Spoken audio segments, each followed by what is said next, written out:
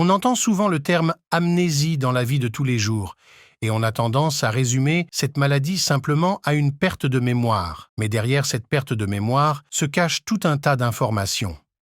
Tout d'abord, à quoi est due l'amnésie? On peut la contracter après un AVC, après avoir subi un traumatisme mental ou physique, de par l'abus de certaines substances, à cause d'une malnutrition, ou encore par vieillesse. Il existe deux principales formes d'amnésie. La plus commune est l'amnésie rétrograde. Elle affecte la capacité de mémoire du malade, si bien qu'il lui devient impossible de se remémorer des événements précédents un certain moment dans le temps, souvent représenté par un traumatisme.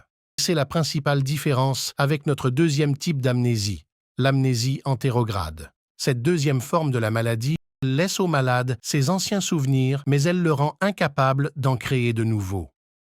Parfois, la perte de mémoire peut être progressive, mais il arrive également qu'elle arrive d'un coup. Heureusement, dans certains cas, l'amnésie peut n'être que temporaire et n'a même pas forcément besoin de traitement pour être soignée. Cela dit, il peut tout de même être préférable d'aller voir un psychiatre ou un psychologue qui savent comment maximiser les chances de récupération.